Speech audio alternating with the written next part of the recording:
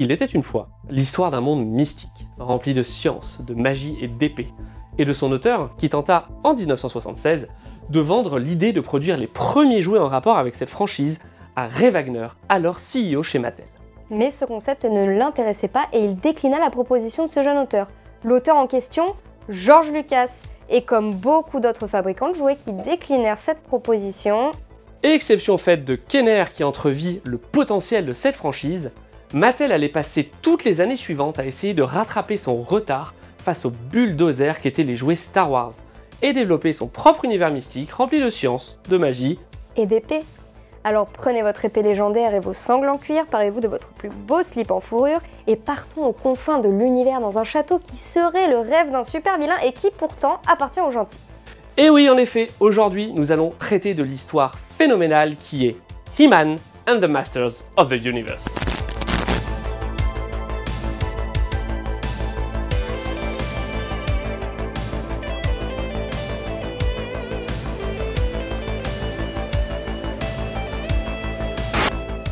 He-Man and the Masters of the Universe, ou Les Maîtres de l'Univers en français, est une série américaine de 130 épisodes produite par Filmation entre 1983 et 1985, mais elle-même basée sur la série de jouets produite par Mattel depuis 1981. Elle raconte l'histoire d'Adam, prince d'Eternia, une planète aussi mystique que dangereuse, et qui, par le pouvoir de son épée magique, est capable de se transformer en Musclor, héros au cœur aussi gros que ses muscles, afin de lutter contre le vil Skeletor et ses armées de vilains. Skeletor, l'ennemi juré de Musclor, il convoite comme de nombreux malfaiteurs le Château des Ombres, une forteresse mystérieuse qui renferme des pouvoirs monumentaux et qui lui permettrait de contrôler l'univers en renversant le roi Randor, sachant que le roi Randor a aucun lien avec le prince de Lu. Bref, c'est la sorcière, gardienne du Château des Ombres, qui a secrètement donné au prince Adam son fameux glaive magique qui lui permet de se transformer en Musclor, l'homme le plus fort de l'univers, lorsqu'il récite la formule « Par le pouvoir du crâne ancestral, je détiens la force toute puissante !» Quant à Gringer, son tigre domestique, il devient un tigre de combat.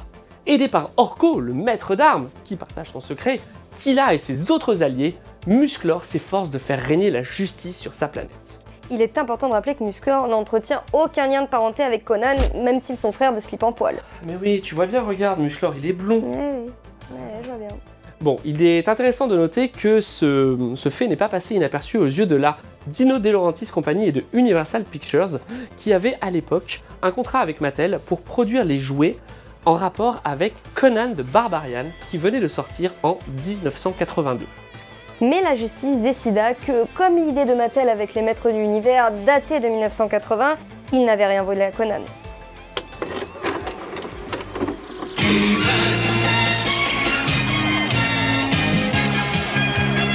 Je suis Adam, prince d'Eternia, défenseur du secret du Château des Ombres. Lui, c'est Gringer, mon tigre domestique. Mon secret, c'est de posséder une force fabuleuse depuis le jour où j'ai levé mon glaive magique en criant « Par le pouvoir du crâne ancestral !» Je détiens la force toute puissante.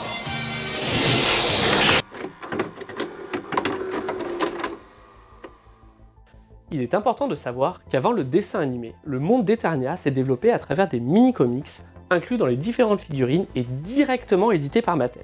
En effet, DC Comics, qui avait été mandaté pour la publication, était en retard dans la création de comics taille réelle.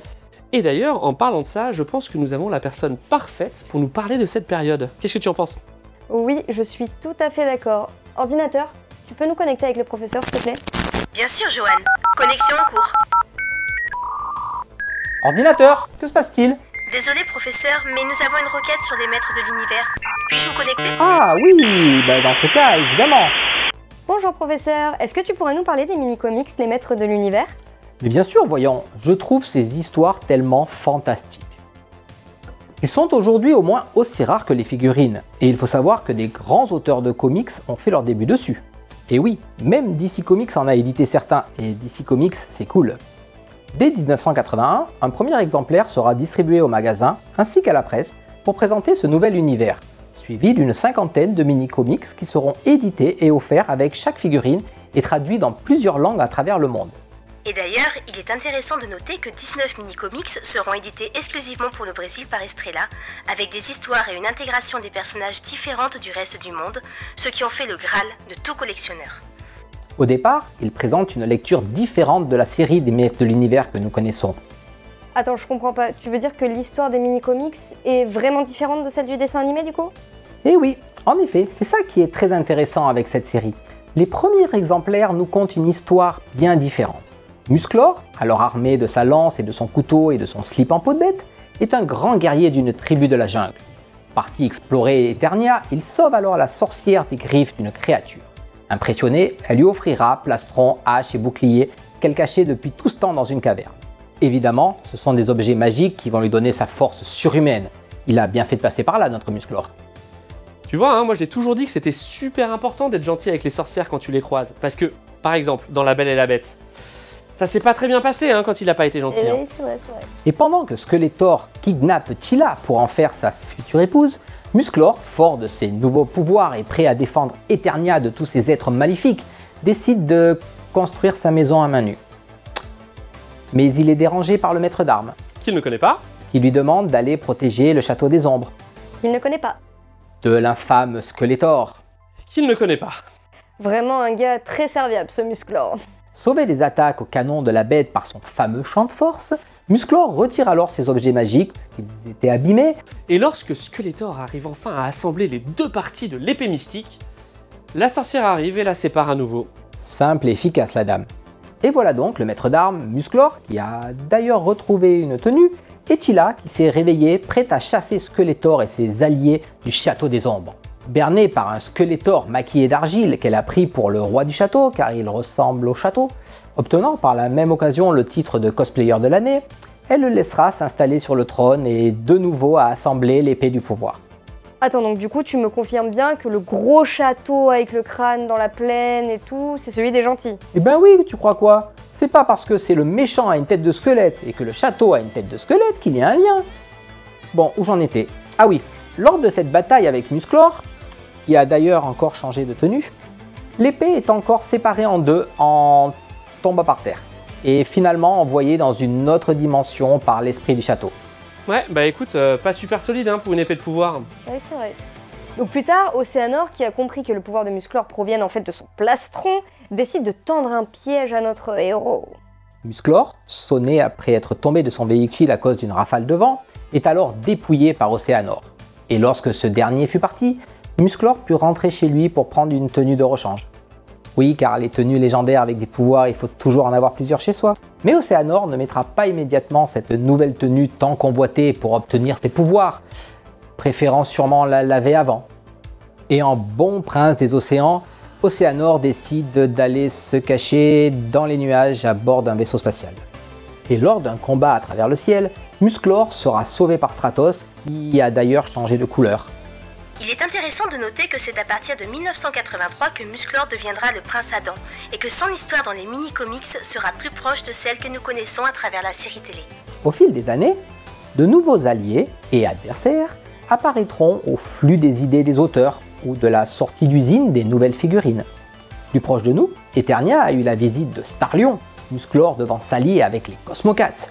Et c'est aussi un grand honneur qu'a fait Batman en personne, parce que Batman il est super cool, en se rendant sur Eternia pour demander de l'aide à l'homme le plus fort qui ait existé jusqu'ici pour affronter l'homme le plus fort du monde qui s'était déjà rencontré en 1982.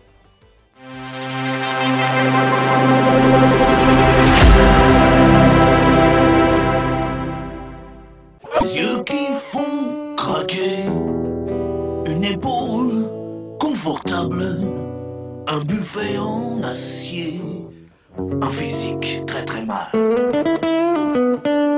C'est un joli écrin, le nouveau site de Dim.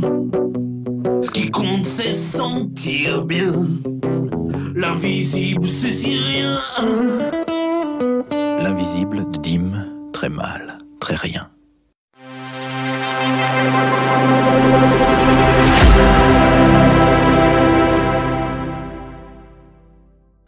Comme on a pu le voir grâce au professeur, l'univers de ces mini-comics était très différent de celui de la série animée, à la fois sur le ton et sur le contenu.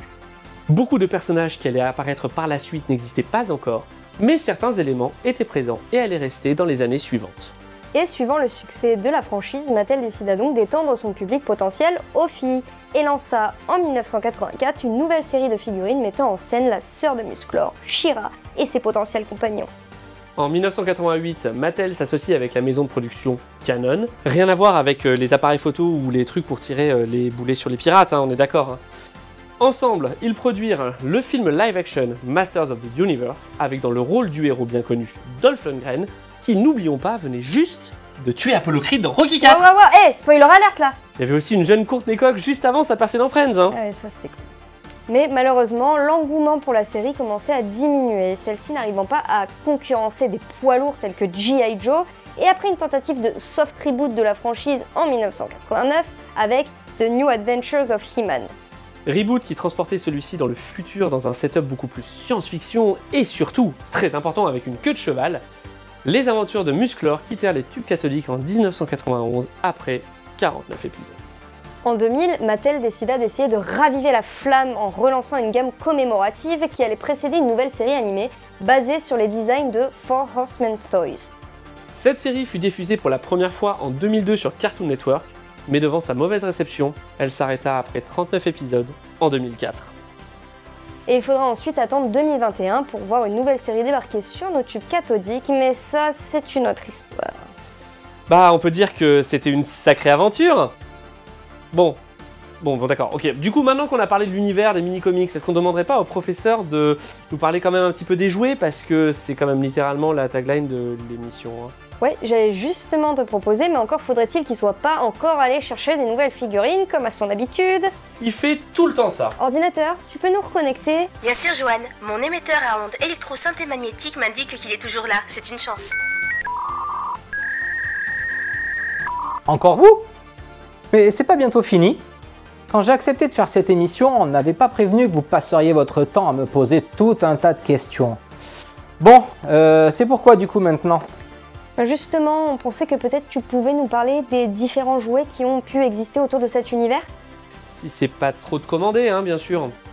Bon allez, vous avez de la chance que j'adore les slips en poil. Alors, par où commencer? On peut dire que si la série télé fut l'énorme succès que nous connaissons, aucun enfant des années 80 n'a pu passer à côté des figurines de la licence, et au milieu de cette décennie, une figurine sur deux vendue était des maîtres de l'univers. Cet immense succès est le produit de plusieurs facteurs.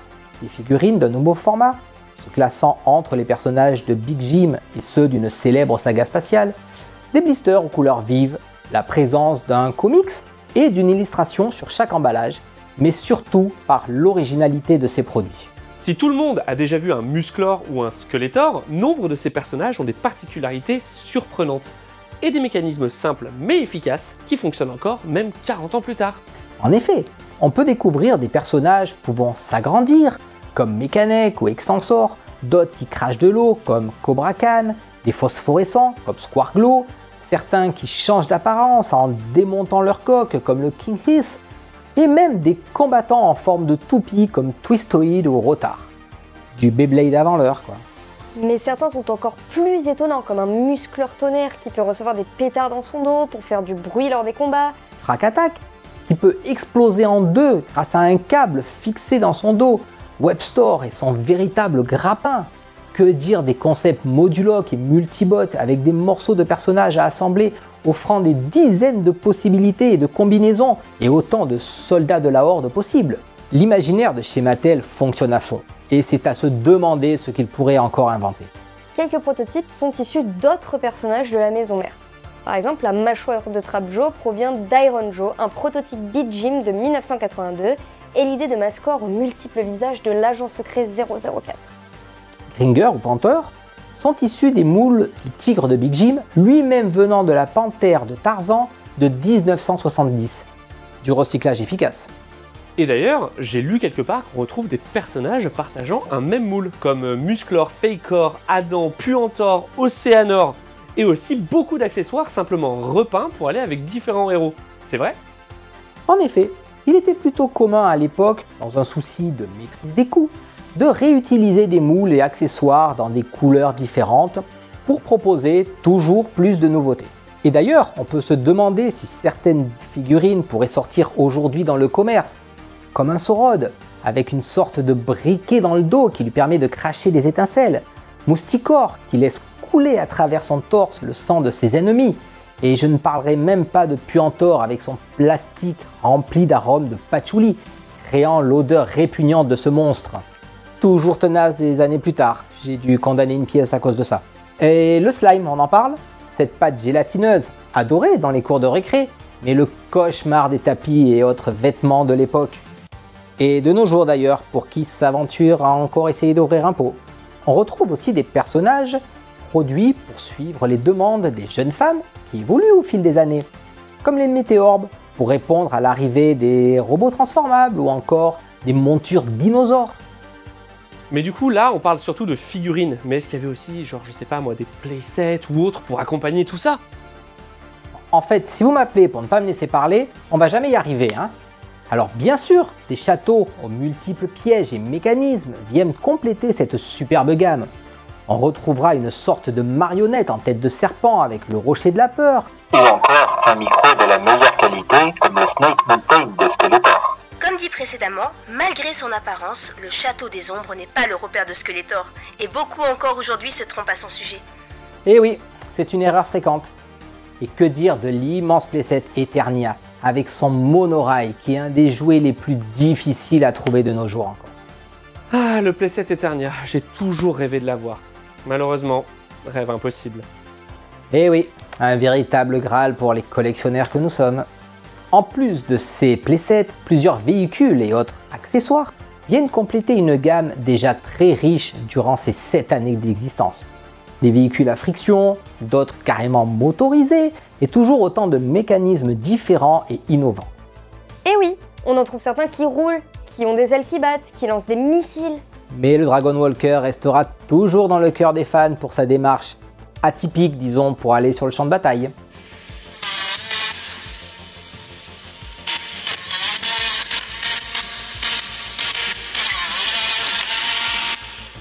Une petite pensée également pour le Battle Bones, véritable squelette de quelque chose utilisé pour transporter les guerriers vers le champ de bataille en les maintenant par la taille. Ah oui, c'est sûr, ça a l'air très confortable, hein. La demande était telle que Mattel dut ouvrir en urgence des usines à travers le monde, dont la France, offrant d'ailleurs différentes qualités de fabrication pour un même personnage, mais également des variantes de couleurs et d'accessoires selon les pays. Musclor, devant évoluer pour rester présent dans le cœur des enfants, partira finalement continuer ses aventures dans l'espace. Et ce fut donc une nouvelle série d'une trentaine de figurines et de vaisseaux dignes d'une célèbre saga spatiale qui sortira, oubliant les corps bodybuildés pour un design davantage futuriste. Une réussite commerciale bien plus faible qui marquera l'arrêt de la licence pendant près de 10 ans avant de voir différentes rééditions et autres personnages commémoratifs apparaître dans les magasins de jouets pour le bonheur cette fois-ci des plus grands enfants que nous sommes devenus. Encore aujourd'hui, ces jouets font rêver des générations entières. Il y a ceux qui les ont connus et les collectionnent toujours ou rêvent de les retrouver, et ceux qui auraient voulu avoir la chance de jouer avec. Oh oui, mais une chose est sûre, les jouets et les dessins animés qui en découlent nous prouvent que petits et grands, l'imagination nous permet de vivre des aventures incroyables. Et en attendant notre prochaine aventure avec vous, continuez de rêver, et surtout n'oubliez pas, un jouet, c'est avant tout fait pour jouer. Allez! Salut à tous!